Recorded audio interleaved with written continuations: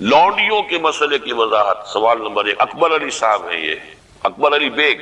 قرآن مجید سورۃ المومنون کی آیت نمبر 5-6 کا ترجمہ یہ ہے، جو اپنی شرمگاہوں کی حفاظت کرتے ہیں بجز اپنی بیویوں کے یا ان عورتوں کے جو ان کے قبضے میں ہیں، یعنی لونڈیاں، اس میں ان پر کچھ ملامت نہیں۔ یہاں پر کون سی لونڈیاں مراد ہیں؟ کیا ان کا رواج آج کل ہے؟ کسی لڑکی کو پیسے دے کر خرید کر لونڈی بنانا تو اسلام میں سخت منع ہے، از راہ کرم تفصیل سے وضاحت کیجیے۔ دیکھیے، اسلام میں صرف ایک نوعیت کا غلام یا لونڈی جائز ہے، اور وہ ہے اگر جہاد فی سبیل اللہ ہو اور اس میں پی او ڈبلیوز کی حیثیت سے جو کہ کمبیٹنٹ جو کہ واقعتاً جنگ میں حصہ لینے والے ہیں، مرد اور عورتیں، جن کو آج کل پی او ڈبلیو بنا لیا جاتا ہے کہ وہ جو ہیں پرزنرز آف وار، ان کو اسلام نے اجازت دی ہے کہ بجائے اس کے کہ مستقل اس وہ کنسنٹریشن کیمپس میں پڑے رہے، وہ اس میں ان کو اسلامی معاشرے کے اندر جذب کرنے کے لیے ان کو تقسیم کر دیا جائے لوگوں کے اندر۔ یہ ہے در حقیقت اس کی غرض و قائد، اور وہ بھی ایسا ہو سکتا ہے کہ کہیں مبادلے کے اندر اگر شکل بہتر بن سکتی ہو تو اس کو بھی اجازت ہے، کہیں اگر سر فدیہ لے کر چھوڑ دینے میں کوئی قباحت نہ ہو تب بھی اس کی اجازت ہے۔ یہ سورہ محمد صلی اللہ علیہ وسلم کی آیت جو ہے اس کے تحت ہم پڑھ چکے ہیں۔ لیکن فرض کیجیے کوئی شکل ممکن نہیں ہے تو پھر کیا کریں؟ انہیں کنسنٹریشن کیمپس کے اندر رکھیں، وہ تو گویا کہ ایک مستقل لائبلٹی بھی آپ پر ہو گئی، اور نمبر 2 یہ کہ ان کی اپنی زندگی اب نارمل ہو گئی۔ اس کی بجائے ان کو نارمل سوسائٹی میں جذب کرنے کا طریقہ یہ ہے کہ کلاس 2 سٹیزنز کی حیثیت سے وہ مسلمانوں میں اس معاشرے میں دے دیے جائیں۔ اس طرح کی جو خواتین ہوں گی ان کے ساتھ تعلق جو ہے جنسی وہ جائز ہے۔ یہ لونڈیاں جو اس طریقے سے لونڈی بنی ہوں اس کی فروخت بھی جائز تھی۔ کسی آزاد مرد یا عورت کو پکڑ کر لونڈی یا غلام بنا لینا حرام مطلق ہے۔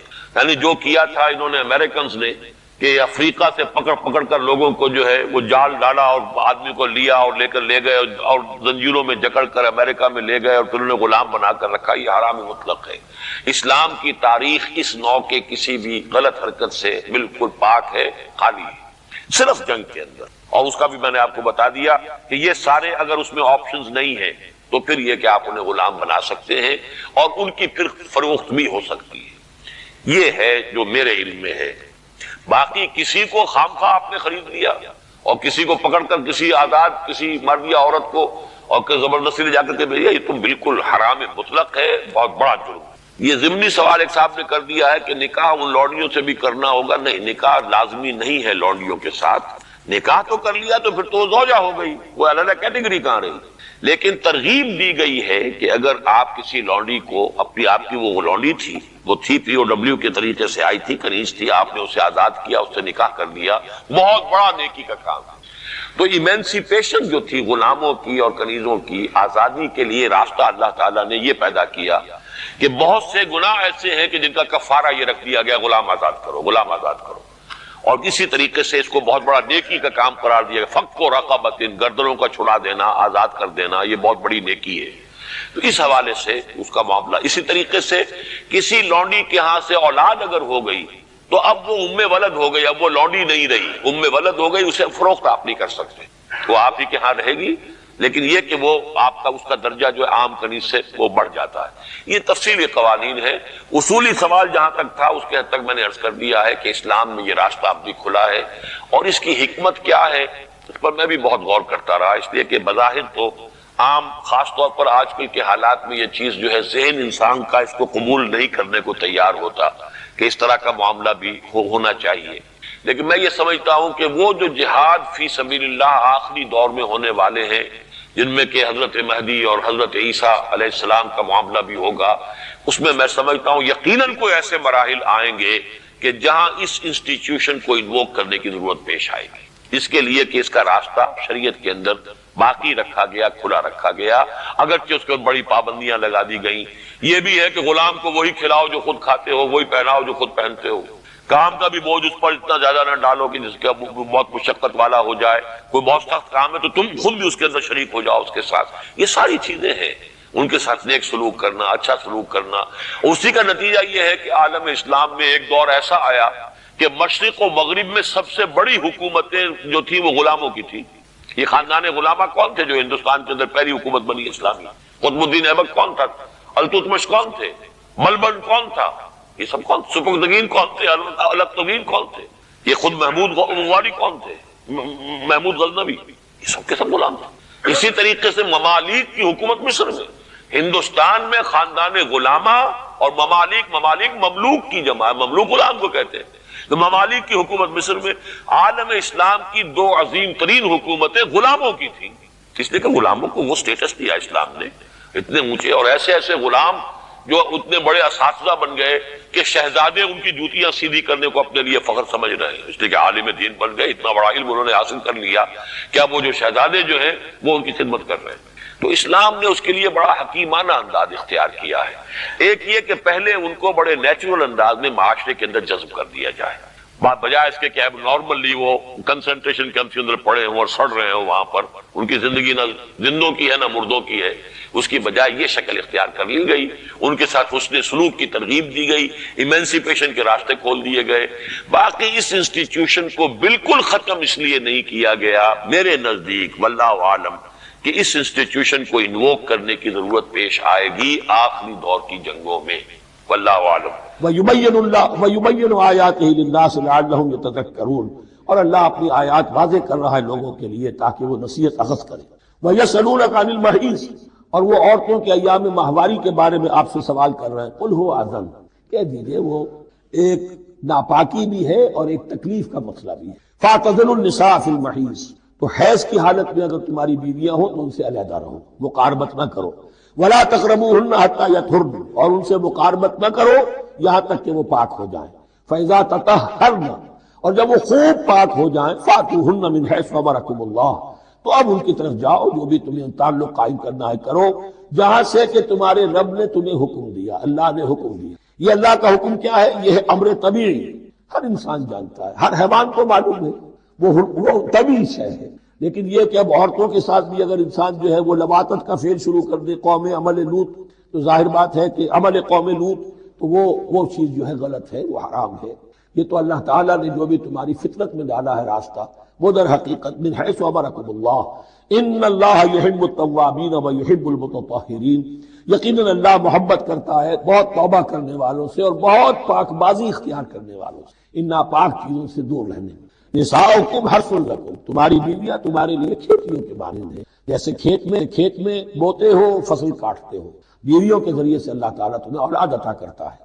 فاتو حرثکم انا شئتم، تو جو بھی کھیتی والی جگہ ہے ادھر تم جاؤ جدھر سے جاؤ، یعنی اس میں یہ ہے کہ کوئی رکاوٹ نہیں ہے، وہ داہنی طرف سے بائیں طرف سے جدھر سے بھی ہو، لیکن ہو وہ فرض کے اندر، وہ وقت کے اندر معاملہ نہ ہو۔ فاتو حرثکم انا شئتم وقدموا لانفسکم، اور اپنے آگے کے لیے سامان کرو، یعنی اپنی اولاد۔ انسان جو ہے بڑھاپے کے لیے اس کا ایسٹ بنتی ہے اس کی اولاد۔ آج تو دنیا اولاد سے بھاگتی ہے، لیکن ایک زمانے میں تو اولاد جو ہے وہ عصائے پیری شمار ہوتی تھی۔ وَقَدِّمُوا لِأَنفُسَكُمْ وَاتَّقُوا اللَّهَ وَاعْلَمُوا أَنَّكُمْ مُلَاقُوهُ، اور اللہ سے کا تقوی اختیار کرو۔ اب یہ آپ دیکھیں گے کہ جو حکم بھی شریعت کا آئے گا بار بار تکرار کے ساتھ جو ہے اس میں تو تقوی کا ذکر بار بار آئے گا کہ ایک قانون ہے اس کی قانونیت ہے، ایک ہے تقوی۔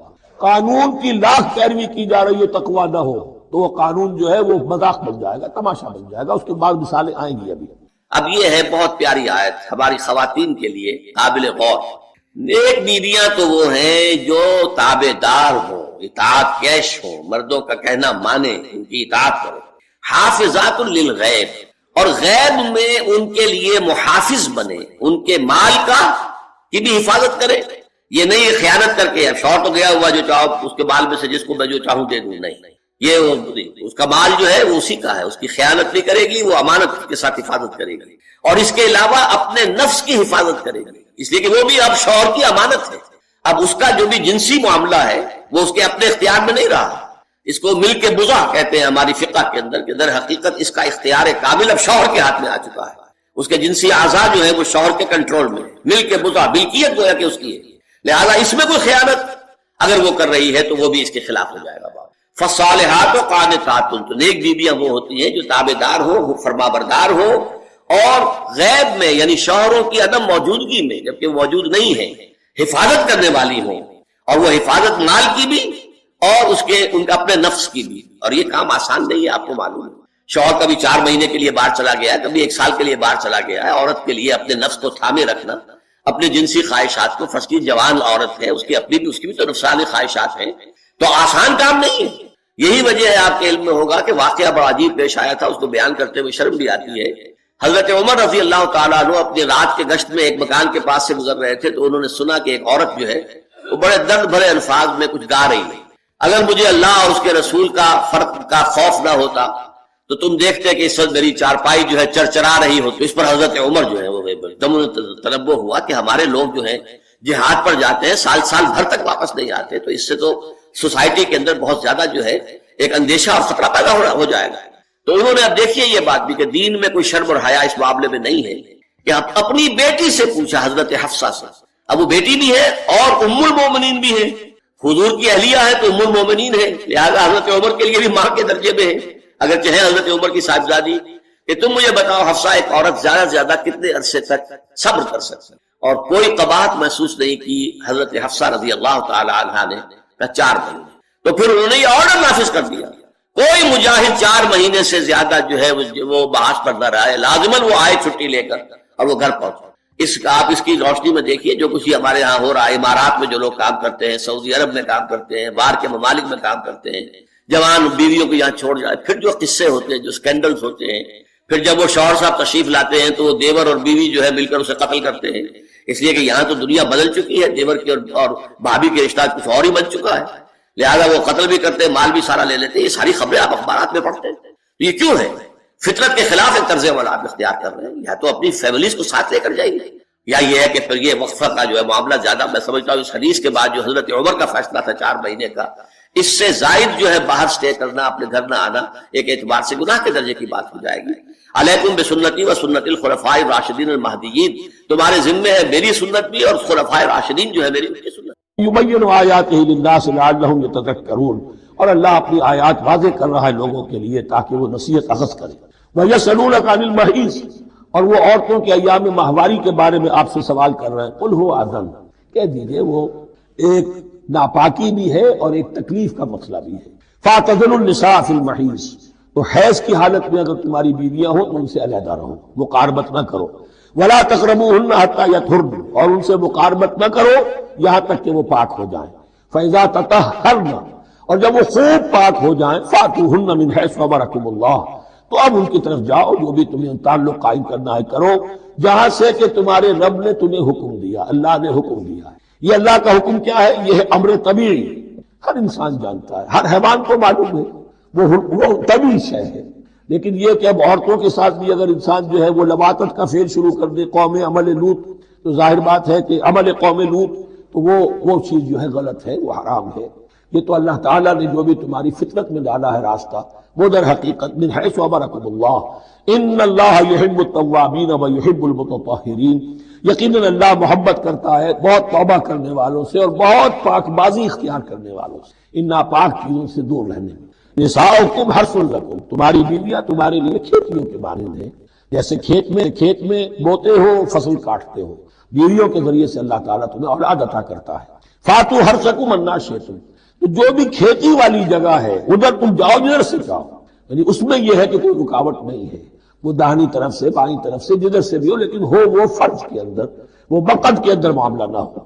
فاتو حرثکم انا شئتم وقدموا لانفسکم، اور اپنے آگے کے لیے سامان کرو، یعنی اپنی اولاد۔ انسان جو ہے بڑھاپے کے لیے اس کا ایسٹ بنتی ہے اس کی اولاد۔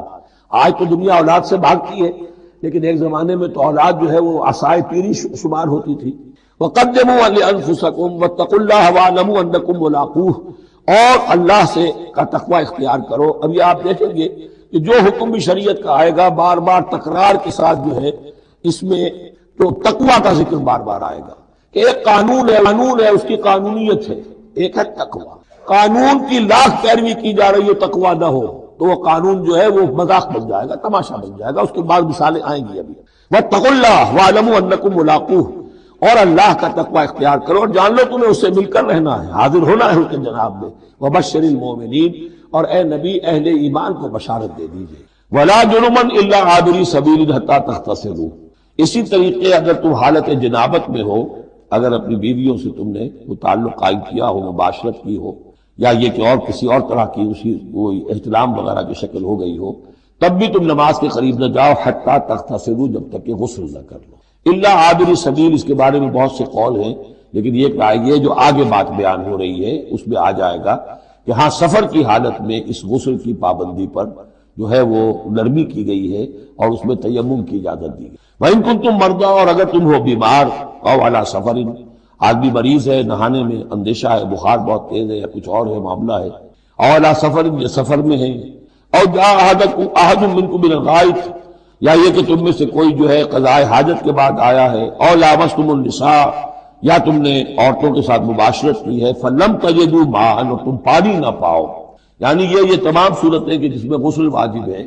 یا یہ کہ وضو واجب ہے، تو ان دو صورتوں میں سے اگر بیماری راستے میں حائل ہے، سفر میں ہونے کی وجہ سے پانی نہیں ہے، یا کوئی اور وجہ ایسی ہے کہ پانی ہے دستیاب نہیں ہے، فَتَيَمَّمُوا صَعِيدًا طَيِّبًا، تو تیمم کر لیا کرو، لیکن تیمم کا جیسا کہ ہم پہلے پڑھ چکے ہیں، میں نے بتایا تھا کہ قصد کرنا تیمم، فَتَيَمَّمُوا صَعِيدًا طَيِّبًا، پاک مٹی کا اس کا قصد کرو، فَامْسَحُوا بِوُجُوهِكُمْ وَأَيْدِيكُمْ، اور پھر اپنے چہروں کو اور اپنے ہاتھوں کو اس سے مسح کر لو، بل لو، ان اللہ کان عفوا غفورا، یقیناً اللہ تعالی عفو ہے، بہت معاف کرنے والا۔ یہی لفظ ہے جو حضرت عائشہ سے جو مروی ہے دعا لیلۃ القدر کی، اللہم انک عفو تحب العفو فاعف عنی، اے اللہ تو عفو ہے، تو ہے ہی معاف فرمانے والا، ان اللہ کان عفوا غفورا، اللہ معاف فرمانے والا بخشنے والا ہے۔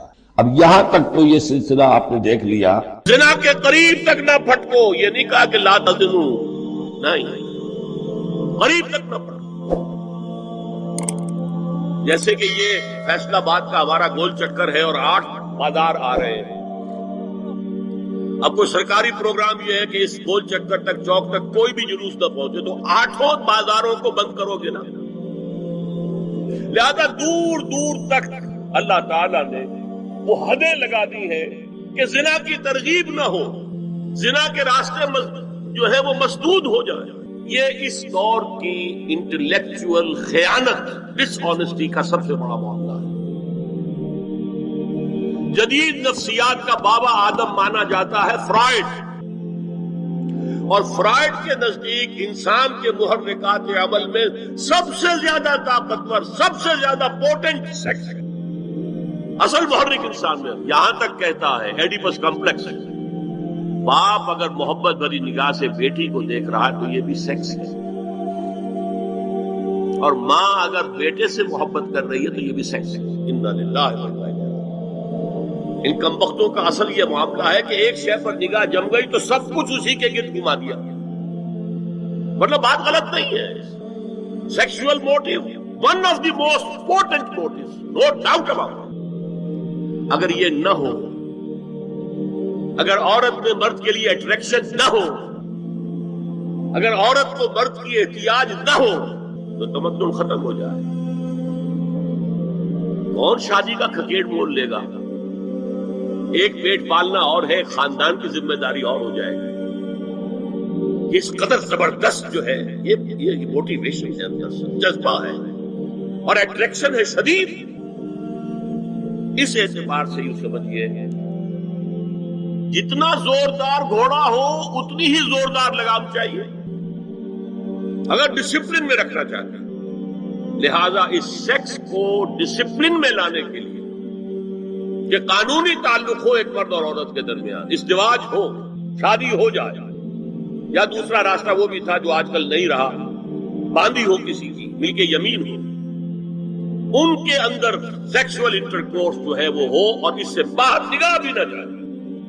قرآن اور حضور دونوں کس قدر حقیقت پسند ہے۔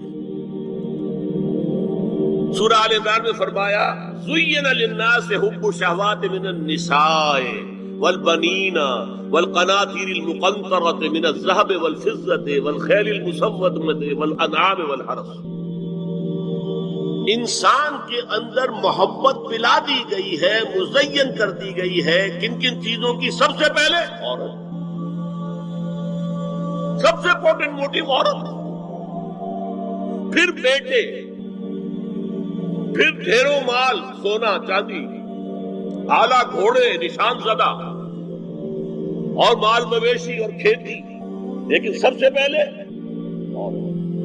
زین للناس حب الشہوات من النساء والبنین والقناطیر المقنطرة من الذهب والفضة والخیل المسومة والانعام والحرث۔ اسی طرح دیکھیے حضور صلی اللہ علیہ وسلم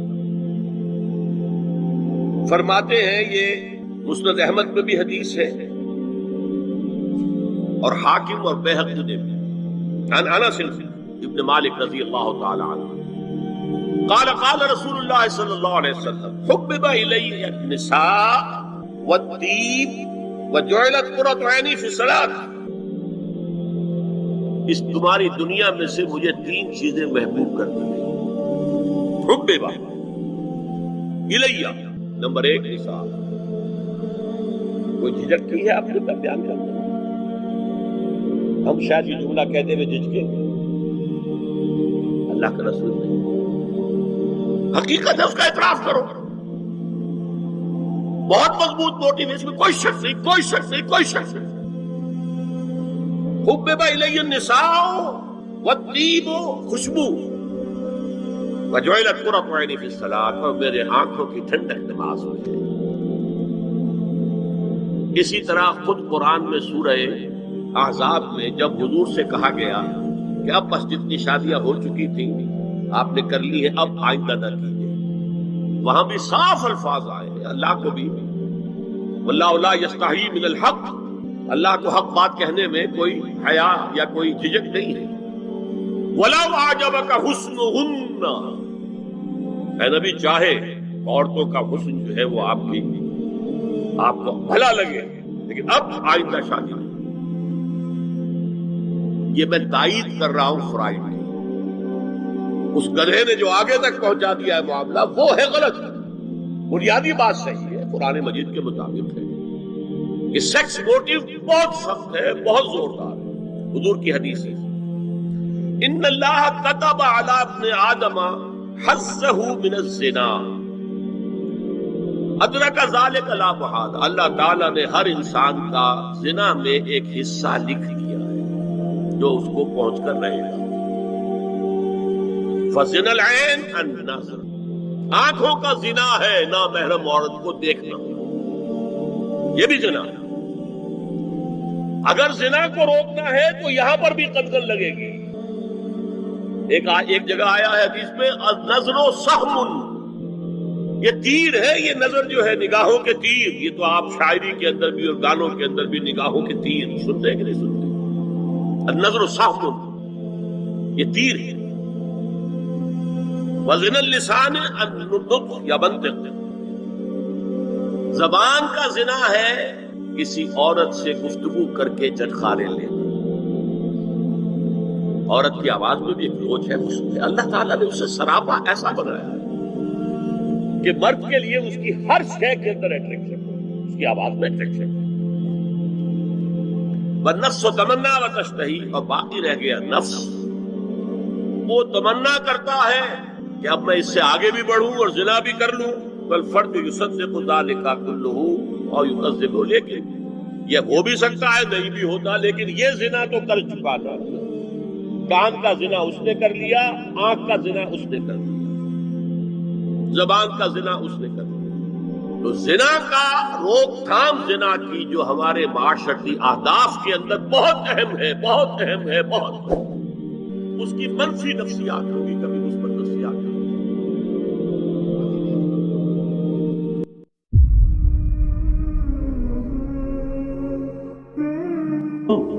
یا ایھا الذین آمنوا توبوا الی اللہ توبۃ نصوحا، اہل ایمان رجوع کرو اللہ کی جناب میں، لوٹو پلٹو توبہ کرو، اور وہ توبہ بھی نہایت خالص توبہ ہو۔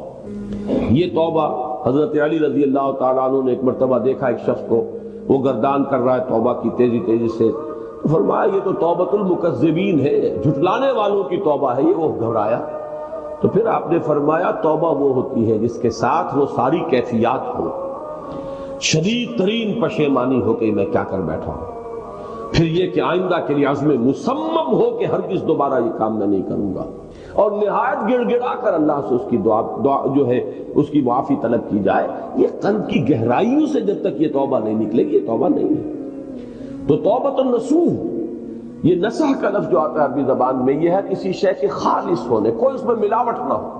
توبۃ النصوح، یہ توبۃ النصوح، خالص توبہ کرو، دل کے ایک گہرائیوں سے توبہ کرو اور صمیم قلب سے توبہ کرو، عزم مصمم کے ساتھ توبہ کرو کہ پروردگار جو خطا ہو گئی ہے بخش دے، آئندہ تیرے کسی حکم کے خلاف تو حرکت نہیں کروں گا، خاص طور پر وہ خطا جو معین ہے اس کے بارے میں تو تعین کے ساتھ فیصلہ ہو کہ دوبارہ نہیں کروں گا۔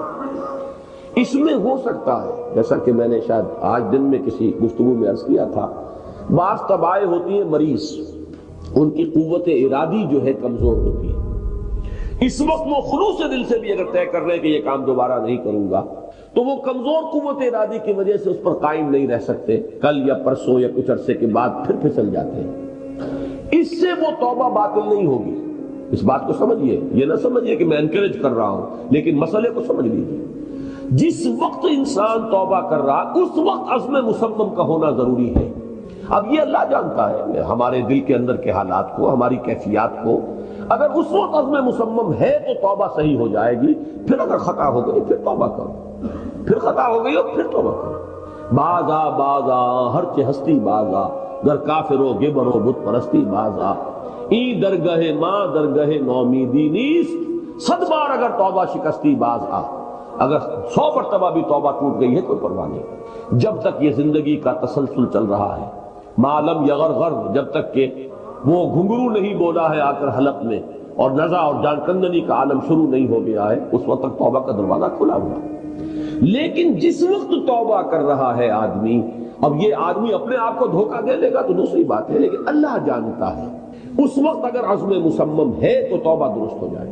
تو جو بھی معاملات ہیں اللہ اور بندے کے مابین، اس میں 3 شرائط ہیں کہ جو علماء نے معین کی ہے۔ ایک حقیقی پشیمانی، وہ پشیمانی جس کے لیے اقبال کا وہ شعر بہت مشہور ہے جو انہوں نے نوجوانی میں کہا تھا، اور داغ دہلی بھی اس مجلس میں موجود تھے جہاں علامہ نے یہ شعر پڑھا ہے، تو انہوں نے بڑی داد دی تھی کہ میاں اس عمر میں اور یہ شعر یعنی چشم بددور، وہ یہ داد کا بڑا ایک یعنی بلیغ انداز ہے۔ اور وہ شعر کیا تھا؟ موتی سمجھ کے شان کریمی نے چن لیے، قطرے جو تھے میرے عرق انفعال کے، شرمندگی کے احساس سے پیشانی کے اوپر اگر پسینہ آ گیا ہے، شرمندگی ہے، اللہ میں یہ کیا کر بیٹھا، اللہ مجھ سے کیا ہو گیا، تو یہ شرمندگی سے اگر عرق آلود ہو گئی ہے پیشانی، تو اللہ کو یہ اتنی محبوب ہے کہ موتی سمجھ کے شان کریمی نے چن لیے، قطرے جو تھے میرے عرق انفعال کے۔ حدیث میں یہ مضمون آیا ہے، اللہ کو کتنی خوشی ہوتی ہے اپنے بندے کے توبہ سے۔ بائبل کی ایک سٹوری جو ہے دی پروڈیگل سن، وہ آپ کو یاد ہوگی کہ ایک شخص کے کئی بیٹے تھے، اکثر جو تھے سارے بڑے فرما بردار، بڑے عمدہ، سعادت مند، کام کرنے والے، ایک تھا نٹکھٹ قسم کا شریر، وہ اپنی دولت بھی بٹوا کے لے گیا، اور پھر وہ بہت سال کے بعد آیا ہے تو سخت یعنی فقیری کے اور قلاشی کے عالم میں باپ نے واقعی سب سے توجہ ہٹا کر اپنی ساری محبت کا برکت پھر اس بچے کو بنا لیا، اپنے بیٹے کو۔ تو وہ سعادت مند بیٹے تھے، انہوں نے کہا کہ یہ کیا کیا آپ نے، یہ ایسا اور یہ ایسا اور یہ ایسا، اس نے یہ کیا، اور آج آپ پھر اس کے لیے وہی آپ کی محبت جو ہے وہ یہاں پھر اس کے جو ہے شامل حال ہو گئی ہے۔ تو انہوں نے کہا کہ تم دیکھتے نہیں کہ اگر کوئی چرواہا ہو اور اس کی اگر 100 بھیڑیں اور بکریاں ہیں، تو اگر کوئی بھیڑیا کسی ایک بکری کو اٹھا کر لے جائے تو وہ 99 کو چھوڑ کر اس کے پیچھے بھاگتا ہے اس کو بچانے کے لیے۔ جو میرے ہیں وہ تو ہے ہی ہے، جو مجھ سے دور چلا گیا تھا وہ اگر لوٹ کر آیا ہے تو در حقیقت یہ ہے میری توجہ کا اور میری محبت کا سب سے زیادہ مستحق۔ یہی معاملہ اللہ کا، یہ در حقیقت ایک پیرابل ہے، ایک کہانی ہے جس میں اللہ کی وہ شفقت جو ہے اپنے گناہگار بندوں کے جو شامل حال ہوتی ہے جب وہ توبہ کرتے ہیں، جس کے لیے حدیث میں آخری بات بیان کر دی گئی کہ تصور دیا گیا ہے کہ ایک لق و دق سے راہ میں ایک شخص سفر کر رہا تھا، ایک ہی اونٹنی سواری کی، اسی پر اس کا راشن بھی تھا، پانی بھی تھا۔ تھوڑی دیر کے لیے وہ ایک درخت کے سائے میں بیٹھا سستانے کے لیے، دھوپ کی تمازت سے بچنے کے لیے، تو ذرا بیٹھا بیٹھا اونگ گیا۔ اب جو آنکھ کھلی تو دیکھا کہ اونٹنی غائب ہے، اس کا سفر کا ذریعہ وہی، پانی اسی پر، راشن اسی پر، گویا کہ کل زندگی کا ذریعہ جو ہے وہ اونٹنی تھی اس کی. لقو دق سے رہا ہے، کہاں جائے، کہیں پانی نہیں، کچھ کھانے کے لیے نہیں، دیوانہ وار دوڑتا ہے دائیں بائیں ادھر ادھر اونٹنی کو ڈھونڈنے کے لیے، کہیں سراغ نہیں ملتا. تو وہ اب موت کے انتظار میں درخت کے نیچے آ کے بیٹھا تھا. مایوسی کی انتہا، موت کا انتظار کہ اچانک دیکھتا ہے کہ اونٹنی تو کھڑی ہوئی ہے. تو اب اس پر شادی مرگ کی کیفیت طاری ہوتی ہے. وہ کہنا تو یہ چاہتا تھا اللہ میں تیرا بندہ ہوں تو میرا رب ہے، کہہ یہ جاتا ہے کہ اللہ تو میرا بندہ میں تیرا رب. زبان لڑکھڑا گئی ہے اس خوشی کی شدت کی وجہ سے. تو حضور فرماتے ہیں کہ اللہ کو اپنے کسی گناہگار بندے کی توبہ سے اس سے بھی کہیں زیادہ خوشی ہوتی ہے. تو اس کو ذہن میں رکھیے، توبہ کا بڑا اونچا مقام ہے ہمارے ہاں. شرائط بھی سخت ہیں، 3 شرطیں وہ، ایک عزم مصمم، ایک پشیمانی، حقیقی پشیمانی. نمبر 2 عزم مصمم کہ اب دوبارہ نہیں کروں گا. نمبر 3 ایک مرتبہ ضرور اس کام کو چھوڑ دینا. یہ گویا کہ اس کے عزم مصمم کا فوری ثبوت ملنا چاہیے.